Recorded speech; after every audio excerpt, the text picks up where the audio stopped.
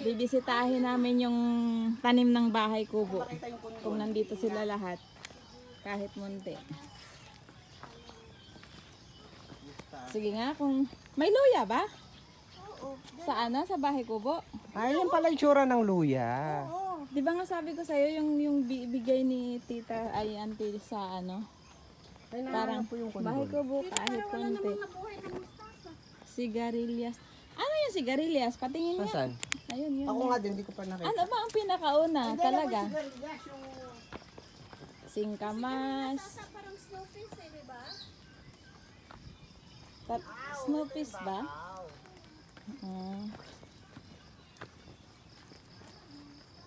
Mani, sitaw, bataw, patani.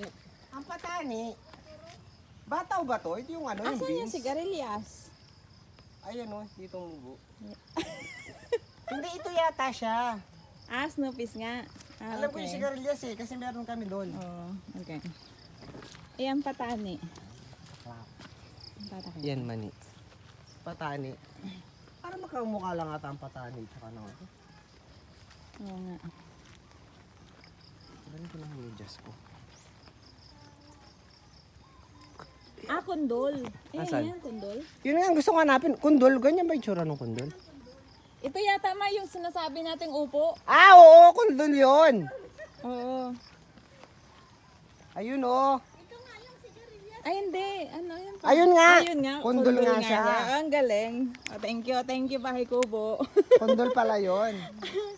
Nalaman namin kung anong tawag doon sa Ah, kundol pala yan. kondol. Yan yung inaano natin kanina. Tapos ginawa nating winter melon. Yung patola.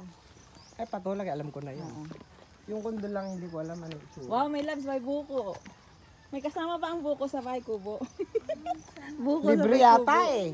Dapat kung naman tayong pangita ko, tingnan mo may kumuha. Sinayang nila yung buko. Alam niyo, ang hirap-hirap magpatubo ng buko.